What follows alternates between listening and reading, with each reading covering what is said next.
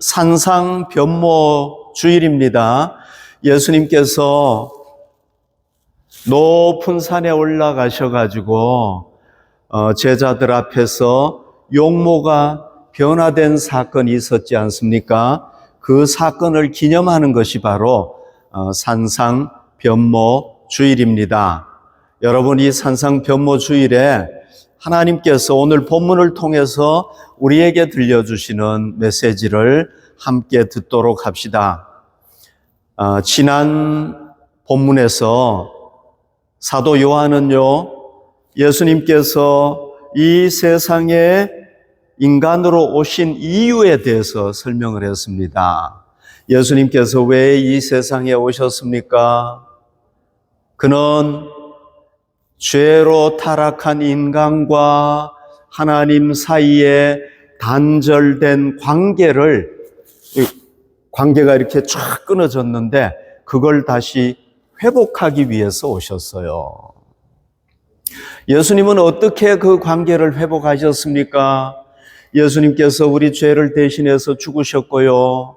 우리가 예수님을 믿으면은 죄 사함을 받고 하나님의 자녀가 되게 하심으로 말미암아 하나님과 우리 사이에 갈라졌던 그 관계를 주님께서 다시 회복하신 겁니다.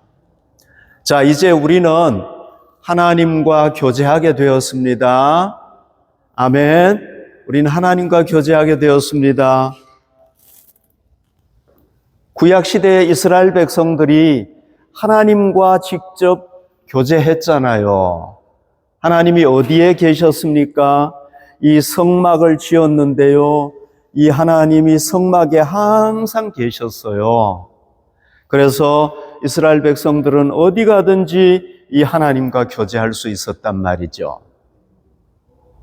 여러분, 우리도 하나님과 이제 실제적으로 교제해야 됩니다. 하나님과 어떻게 교제할 수 있습니까? 어렵지 않아요. 이스라엘 백성들에게 하나님께서 항상 함께 하셨듯이 하나님이 우리 삶에 늘 함께 하신단 말이죠. 우리 눈에 보이지는 않지만 함께 하시는 거예요. 그러니까 우리가 아플 때 어떻게 합니까? 하나님, 나 아파요. 이렇게 교제하는 겁니다. 우리가 뭐 도움이 필요하면 하나님 도와주십시오. 얘기하면 되는 겁니다. 그게 하나님과 교제하는 겁니다. 예, 마치 제가 제 아내와 함께 살아가듯이 하나님과 그렇게 살아가면 되는 겁니다. 지난주에 제가 보험 카드를 잊어버렸어요.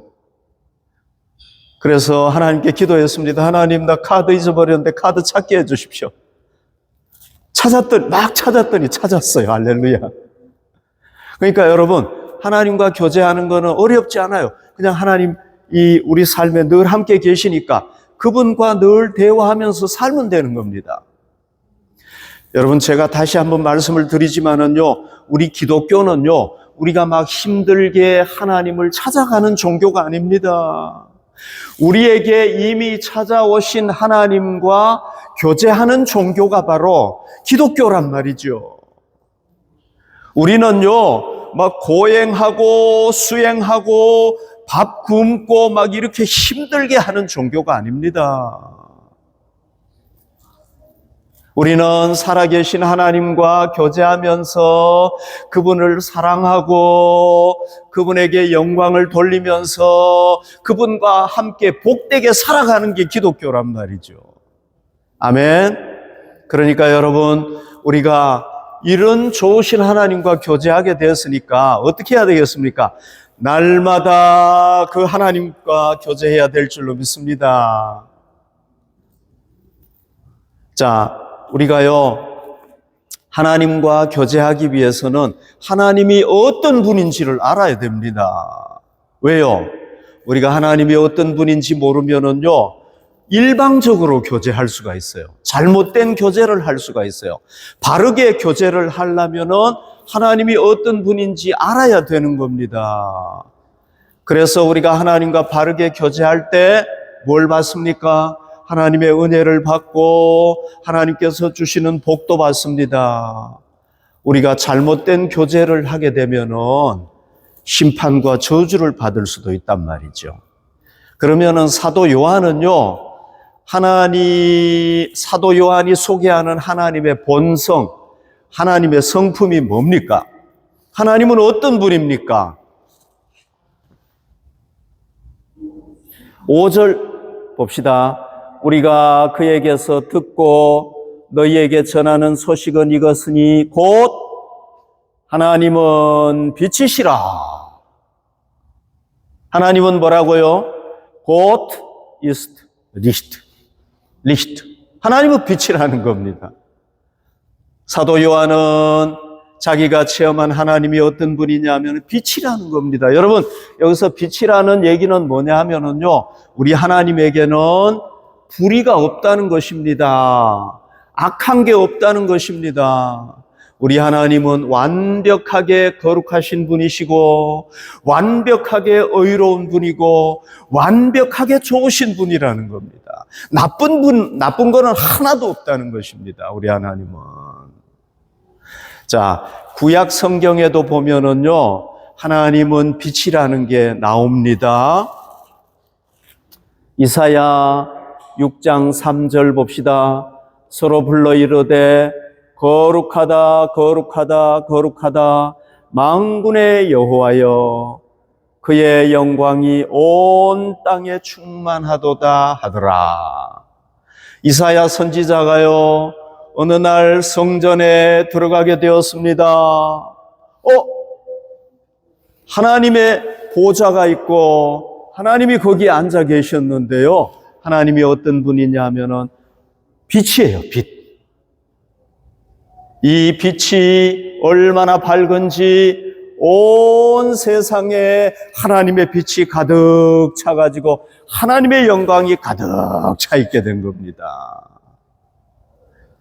얼마나 하나님이 밝은 빛인지요, 이 천사들도요, 막 눈을 가리는 거예요. 너무 눈이 부셔가지고. 그래서 이사야 선지자는 이 하나님을 체험하고 난 뒤에 뭐라고 얘기를 합니까? 거룩하다, 거룩하다, 거룩하다. 하나님은 완벽하게 거룩하신 분이고 의로우신 분이라는 겁니다. 여러분, 성자 예수님도 하나님이 빛이라는 것을 드러내 주셨죠. 그죠? 베드로, 야고보, 요한 이 세 제자가 어느 날 예수님과 함께 높은 산에 올라가지 않았습니까? 그들이 산에 올라가서 피곤해가지고 잠이 들었습니다. 예수님은 기도하고 계셨어요. 제자들이 막 잠을 자다가 무슨 대화하는 소리가 들려가지고 딱 깼는데요, 그 앞에 너무나도 신비하고 너무나도 놀라운 광경이 펼쳐진 겁니다. 예수님의 모습이 확 변화된 겁니다. 어떻게 변화되었습니까? 마태복음 17장 2절, 그들 앞에서 변형되사 그 얼굴이 해같이 빛나며 옷이 빛과 같이 휘어졌더라. 예수님의 몸에서 막 빛이 쫙 납니다. 옷에서도 빛이 쫙 나는 겁니다. 더 놀라운 일이 일어난대요. 누가복음 9장 32절 보면은 베드로와 및 함께 있는 자들이 깊이 졸다가 온전히 깨어나 예수의 영광과 및 함께 선 두 사람을 보았다. 여러분, 이런 모습을 본 겁니다.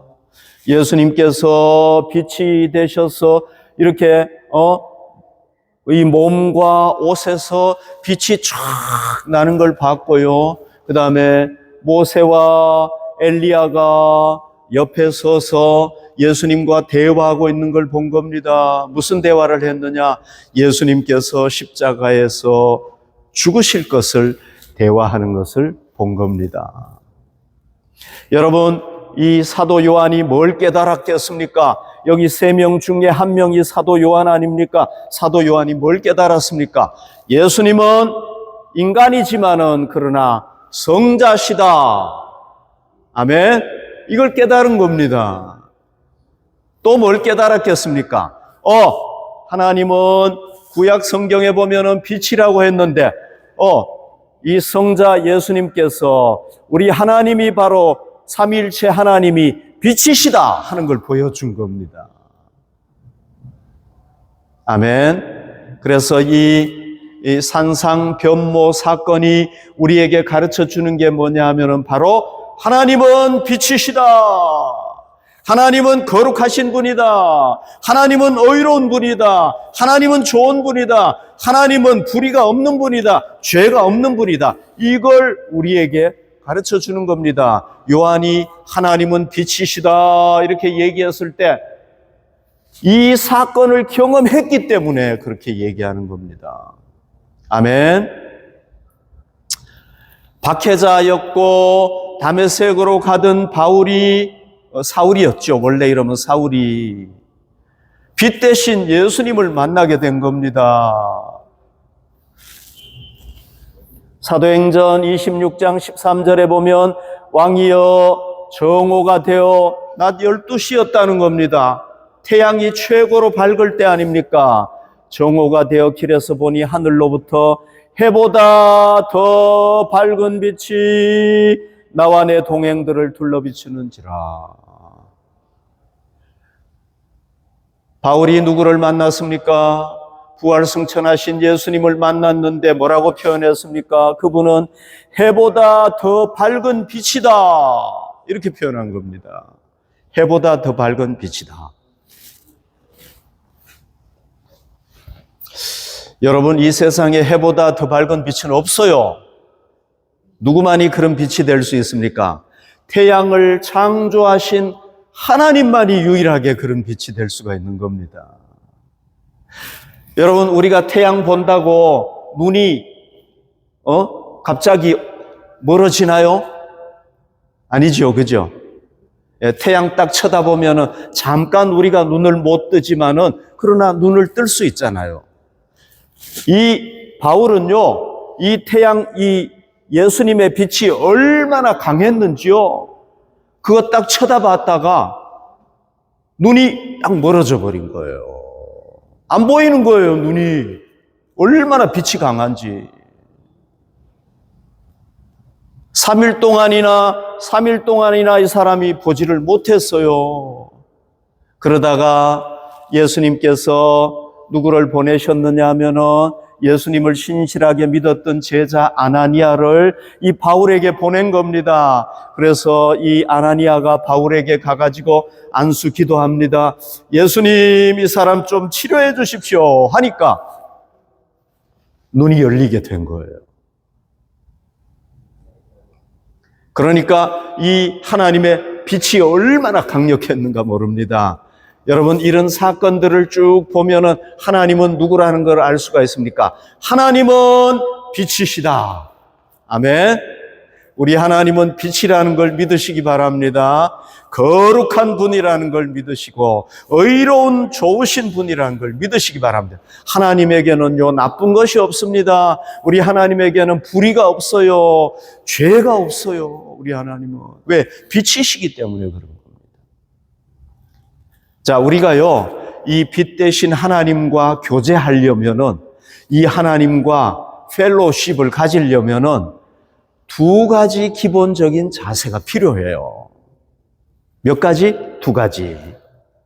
자, 첫 번째, 어떤 자세가 필요하냐면은요, 우리가 이 하나님과 교제한다면은요, 어둠에 거하면은 안 되고 빛 가운데 거해야 된다는 겁니다. 영지주의 이단에 대해서 얘기했잖아요. 제가 초대교회 이단 중에 하나가 영지주의, 특별한 지식을 얻어야 구원받는다는 것. 이게 영지주의였거든요. 영지주의 이단들은요, 뭘 주장했느냐 하면은 하나님과 교제해야 된다는 걸 강조했어요. 우리는 하나님과 교제해야 된다. 이걸 강조했단 말이죠. 그러나 마음대로 죄 짓고 사는 모순을 범했어요. 모순. 하나님과 교제해야 된다고 하면서 마음대로 악을 행하는 겁니다. 여러분, 우리 기독교는 절대 그런 종교가 아닙니다. 우리 기독교는 그런 종교, 하나님과 교제한다고 하면서요, 마음대로 죄 짓고 사는 종교가 아니에요. 6절 보십시오. 만일 우리가 하나님과 사귐이 있다고 하고 어둠에 행하면은 거짓말을 하고 진리를 행하지 아니하는 것이다. 여러분, 우리 하나님이 빛이라고 그랬잖아요. 그러면 우리가 빛 대신 하나님과 교제한다고 하면서 어디에 있으면은 어두움에 행하면은 마음대로 죄 짓고 범죄하고 어두운 곳에서 살아가면은요, 그거는 하나님과 교제하는 게 아니라는 겁니다. 나는 하나님과 교제합니다라고 얘기하면서도 어두움 가운데 있으면은 그거는 뭡니까? 거짓말 하는 거라는 겁니다. 거짓말. 우리 하나님은 그런 분이 아니라는 겁니다, 여러분. 그리고 진리를 행하는 것이 아니다, 이렇게 얘기합니다. 진리를 행하는 것이, 기독교 진리를 행하는 것이 아니다. 7절, 그가 빛 가운데 계신 것 같이 우리도 빛 가운데 행하면 우리가 서로 사귐이 있고 그 아들 예수의 피가 우리를 모든 죄에서 깨끗하게 하신다. 여러분, 우리가 하나님과 교제한다고 하면은 어떻게 해야 되는 겁니까? 우리도 빛 가운데 행해야 되는 겁니다. 왜? 하나님이 빛이시기 때문에. 그럴 때 우리가 서로 사귐이 있다는 건 뭐냐면 우리가 하나님과 사귐을 가지게 되고 우리 성도들 간에도 서로 진정한 사귐이 있다는 겁니다. 아멘. 그리고 뭐라고 그랬습니까? 그 아들 예수의 피가 우리를 모든 죄에서 과거, 현재, 미래에 짓는 모든 죄까지 깨끗하게 하신다는 겁니다. 우리가 예수님하고 교제한다고 하면서 어두움 가운데 있으면은 우리는 죄 사함 받지 못하는 존재가 되는 거예요. 히브리서 9장 22절, 율법을 따라 거의 모든 물건이 피로서 정결하게 되나니 피 흘림이 없은즉 죄 사함이 없느니라. 여러분, 구약 성경에 보면은요, 피는 생명을 상징해요. 피를 흘렸다는 건 뭐냐? 생명이 죽었다, 그런 얘기예요. 그러니까 구약 시대에 이스라엘 백성들이 죄 사함 받기 위해서는 자기가 죽고 피를 흘려야 되는데 그렇게 하면 안 되잖아요. 그러니까 누구의 피를 대신 흘리는 겁니까? 짐승의 피를 대신 흘리는 거예요. 짐승의 피.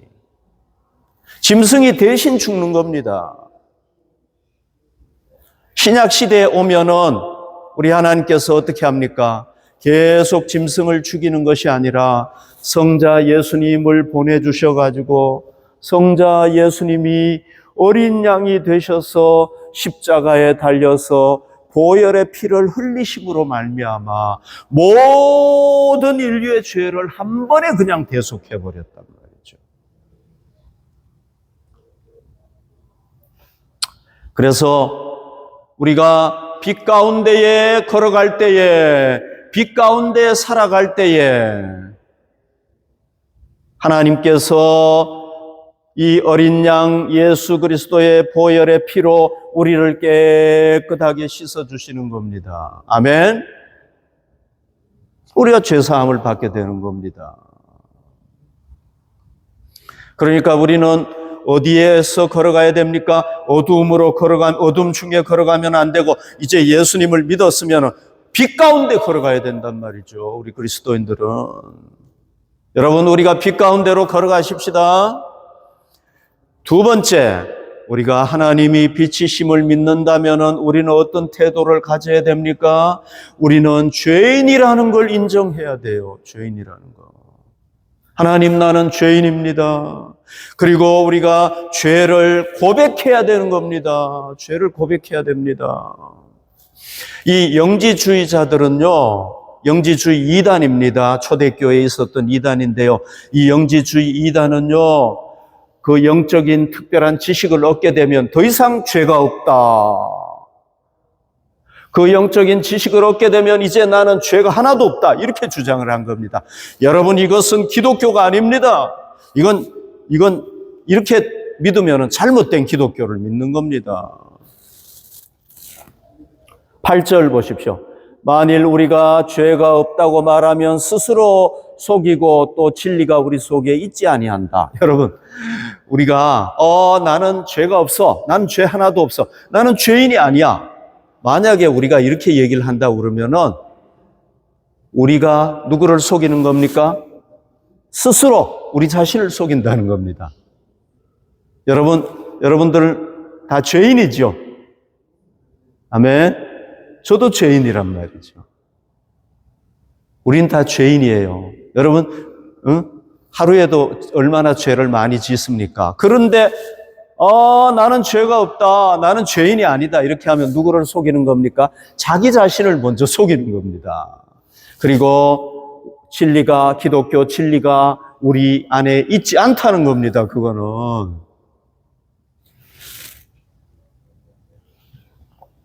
10절, 만일 우리가 범죄하지 아니하였다. 나는 한 번도 죄 안 지어서 나는 죄인이 아니야. 이렇게 얘기를 하면은 그 다음에 하나님을 거짓말하는 이로 만드는 것이다. 여러분, 하나님은 뭐라고 얘기를 하고 있습니까? 모든 인간은 다 죄인이다. 구원받아야 된다. 이렇게 성경은 얘기하고 있지 않습니까? 한 사람도 죄인이 아닌 사람은 없다. 이렇게 얘기를 하시잖아요. 그럼에도 불구하고 우리가 나는 죄 안 지었습니다. 나는 죄인이 아닙니다. 이렇게 하면은 누가 거짓말쟁이가 되는 겁니까? 하나님이 거짓말쟁이가 되는 겁니다. 우리가 하나님을 거짓말하는 존재로 만드는 거죠. 그죠? 그리고 우리 속에 뭐가 없다고요? 우리 속에 하나님의 말씀이 거하지 않는 것이다. 그렇게 얘기를 합니다. 자, 요한복음 13장 10절에 보십시오. 예수께서 이르시되 이미 목욕한 자는 발밖에 씻을 필요가 없느니라 온몸이 깨끗하니라. 이게 무슨 얘기냐면은요, 예수님 통해서 죄사함을 받은 사람은 이제 다시 또 죄사함 받을 필요가 없다는 겁니다. 그러나 우리가 살아가면서 부족해가지고 죄를 짓잖아요. 그때마다 우리가 뭐 해야 된다는 겁니까? 하나님 앞에 우리 죄를 고백해야 된다는 것입니다. 이게 바로 뭡니까? 목욕은 했지만은 그러나 우리가 목욕했더라도 발은 씻어야 되잖아요. 하루에 한 번씩. 그 말이란 말이죠. 9절 보십시오. 만일 우리가 우리 죄를 자백하면, 여기서 자백한다는 건 뭐냐 하면은 솔직하게 우리가 지은 죄를 그대로 하나님 앞에 다 얘기하는 겁니다. 하나님, 내가 이런 죄를 지었습니다. 하나님, 내가 부족해서 이런 죄를 지었습니다. 안 지으려고 했었는데 또 지었네요. 죄송합니다. 이렇게 우리 죄를 자백하면은 솔직하게 다 고백을 하는 겁니다. 네. 자백하면 하나님은 어떤 분입니까? 미쁘시고 하나님은 신실하신 분이라는 겁니다. 의로우신 분이라는 겁니다. 그래서 내가 내 아들 예수 그리스도를 너희 죄를 위해서 대신 죽게 만들었다. 그러니까 너희가 죄를 고백하기만 하면은 하나님께서는 우리 죄를 언제든지 용서해 주시는 겁니다. 신실하고 의로우사 우리 죄를 사하시며 우리를 모든 불의에서 깨끗하게 하신다 그랬단 말이죠. 그러니까 우리가 의로우신 하나님과 교제한다면은 우리는 어떤 태도를 가져야 됩니까? 하나님, 나는 죄인입니다. 아멘. 그리고 죄를 지을 때마다 뭐 하는 겁니까? 하나님 앞에 죄를 고백하는 겁니다. 하나님, 죄송해요. 제가 또 이런 죄를 지었네요. 솔직하게 고백하는 겁니다. 하나님, 나는 부족합니다. 도와주십시오. 그럴 때 어떻게 합니까? 예수 그리스도의 보혈의 피를 통해서 우리 죄를 하나님께서 깨끗하게 씻어주시고, 그래서 다시 또 하나님과 친밀하게 교제하게 하시고 그렇게 한단 말이죠. 아멘. 예. 자, 여러분, 빛이신 하나님, 죄가 없으신 예수님께서 이 세상에 오셔가지고 우리 죄를 대신해서 지고 십자가에 죽으시면서 그 예수님의 보혈의 피, 보배로운 피를 다 흘려주셨기 때문에 우리가 뭐 하게 되었습니까? 죄와 죽음에서 구원받게 되었습니다. 할렐루야. 이제 여러분, 우리 기독교에서는 매년 이 예수님의 고난당하신 사건, 십자가의 사건, 이걸 중요하게 생각하는 겁니다. 그리고 예수님의 그 고난당하신 사건을 묵상하고 기념하기 위해서 뭘 정했느냐? 사순절이라는 걸 정한 겁니다. 사순절. 이 사순절 기간은 언제부터 시작이 되는 겁니까? 이번 주 수요일부터 사순절이 시작이 됩니다. 다음 주 주일부터가 아니라 이번 주 수요일부터 뭐가 시작이 됩니까? 사순절이 이제 시작이 되는 겁니다. 오는 주일은요, 사순절 첫 번째 주일이 되는 겁니다. 자, 이 사순절 절기가 시작되는 수요일을 뭐라고 얘기를 합니까? 참회의 수요일이다. 아쉐 미트보크다. 이렇게 얘기를 하는 겁니다. 제의 수요일이다. 이렇게 얘기를 합니다. 제의 수요일, 참회의 수요일이라고 얘기하는 이유가 뭐겠습니까? 우리 그리스도인들이 예전에 이 수요일 날 함께 만나가지고 같이 만난 겁니다. 만나가지고 하나님 앞에 죄를 참회하는 그런 상징적인 의미로다가 이마에 이렇게 십자가 표시로 죄를 이렇게 발랐어요. 그래서 뭐라고 얘기하느냐 하면은 죄의 수요일이다. 죄를 이렇게 십자가 표시로 바르는 수요일이다. 또는 참회의 수요일이다. 이렇게 얘기를 하는 겁니다. 이게 언제부터 시작이 됐는지 아시죠? 왜냐하면 제가 매년 여러분들에게 얘기하기 때문에 그런 거죠. 약 11세기경에 이 독일의 라인 지방이면 요 가까운 지방 아닙니까? 이 라인 지방에 있는 그리스도인들이요, 와, 우리가 사순절을 맞이했는데 구약의 성도들이 참회, 죄를 회개할 때 어떻게 한 겁니까? 막 죄를 이렇게 뒤집어 썼잖아요. 아, 우리는 죄는 뒤집어 쓰지 못하지만은 이렇게 십자가로 이마에 바르고 참회해야 되겠다. 그렇게 해서 시작을 했어요. 그게 시작이에요. 그러다가 12세기가 되면서 이 예배 절기에 이게 받아들여져 가지고요, 정착하게 된 겁니다. 그래서 그 뒤에 쫙 이렇게 내려왔다고 볼 수가 있습니다.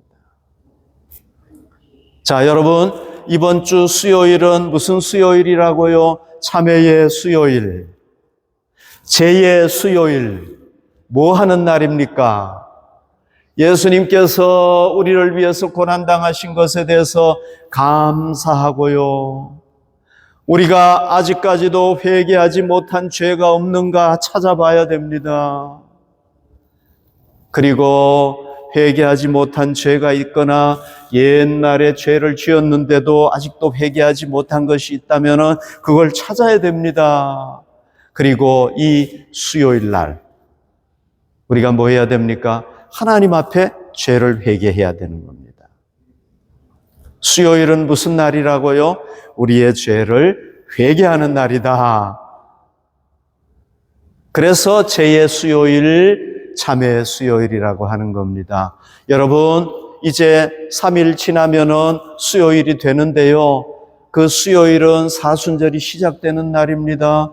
예수님께서 내 죄를 위해서 십자가 지시고 죽으심을 기념하는 날이고 생각하는 날이란 말이죠. 그 날을 중요하게 생각하시고 여러분들이 예배는 드리지 않더라도 꼭 그날 기도 시간에 하나님 앞에 여러분들의 아직도 회개하지 못한 죄가 있다면 꼭 회개할 수 있기를 바랍니다.